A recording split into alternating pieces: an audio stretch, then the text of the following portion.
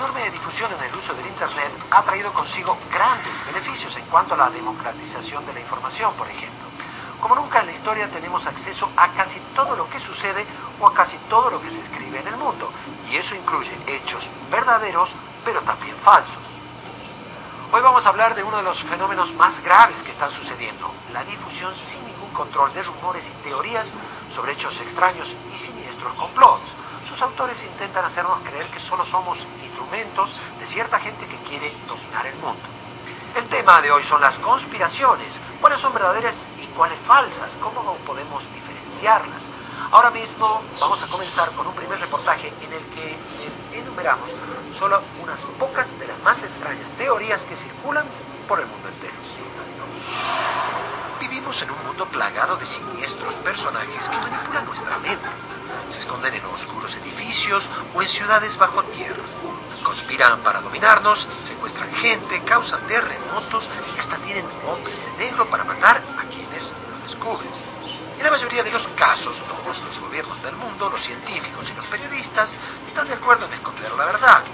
Pero hay un puñado de héroes que nos defienden arriesgando sus vidas. Parece un guión de historieta barata, pero en realidad hay gente que piensa así y que por todos los medios, en especial en Internet, se dedica a divulgar las más extrañas teorías conspirativas. La gente normal y común suele descartar las más descabelladas, pero termina por creer en las que considera más probables.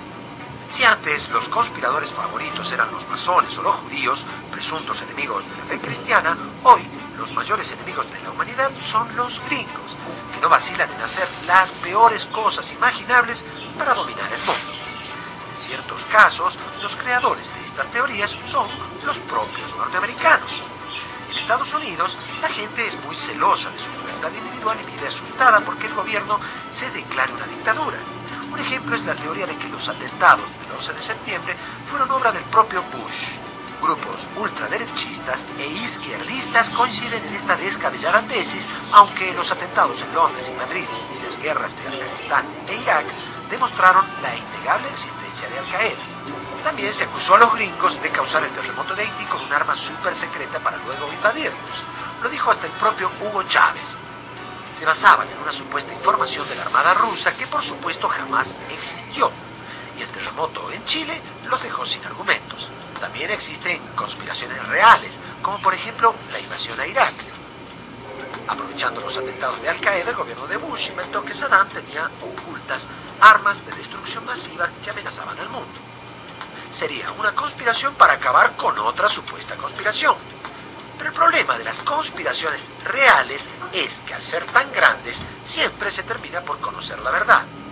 Una apretada lista demuestra cuántas teorías conspirativas existen. Pocas o ninguna con pruebas sólidas. Aquí van. Las vacunas tendrían sustancias para controlar la mente. El anticristo ha fabricado un chip para dominarnos mejor.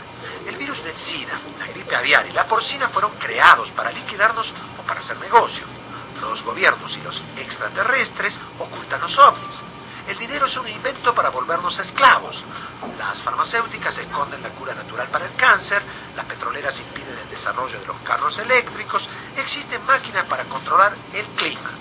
La Tierra es hueca o plana, según otros. Un planeta enorme e invisible llegará para chocarnos, pero la NASA esconde la verdad. Y muchas, muchas más. Bien, esa fue solo una rápida mirada, porque las hay aún más extrañas. Tal vez la más delirante de todas afirma que reptiles extraterrestres se están adueñando del mundo y que nos engañan con una realidad virtual tipo Matrix. Una imaginación admirable. Enseguida veremos que no, porque estas teorías están causando muchísimo daño. Y en el siguiente reportaje tendremos un ejemplo de cómo las teorías de la conspiración se han usado para causar las peores matanzas de la historia. Aquí va. Julio del año 64. Roma se consume en un gran incendio. Fueron 6 días que acabaron con buena parte de la capital del Imperio Romano. El emperador Nerón, muy querido por su pueblo, organiza un plan de ayuda con alimentos y agua y ordena que se abran los jardines de su palacio para atender a los afectados. Inicia la construcción de una Roma más majestuosa.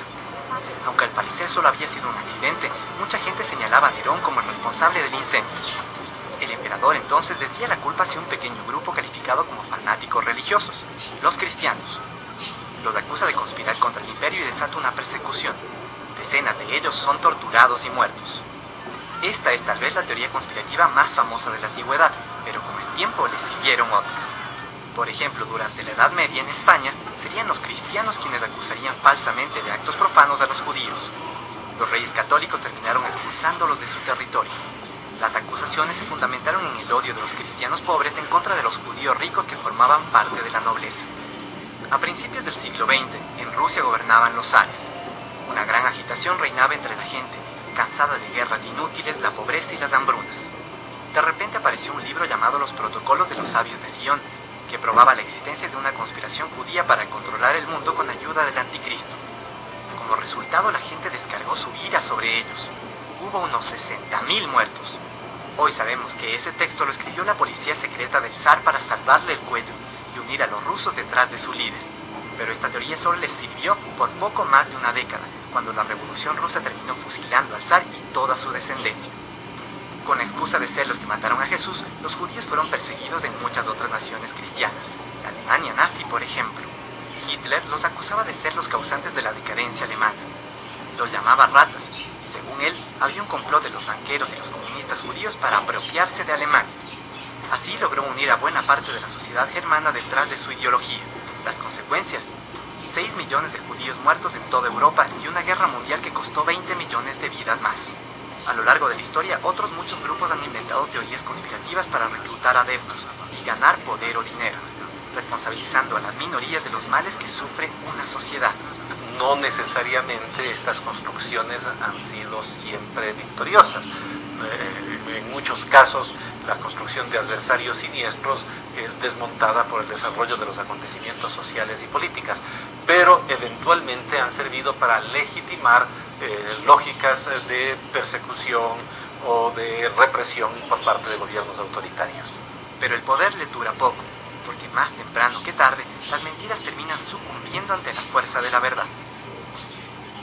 Conclusión: las dictaduras de todas las épocas y de todos los signos ideológicos siempre han empleado fundamentos inventados o verdades a medias para crear mitos que les sirven para acceder o para perpetuarse en el poder. Pero como veremos, no son solo ellos, sino también líderes de sectas destructivas o simples estafadores que usan los miedos de la gente para lograr sus propósitos. Enseguida lo van a conocer. Ya volvemos.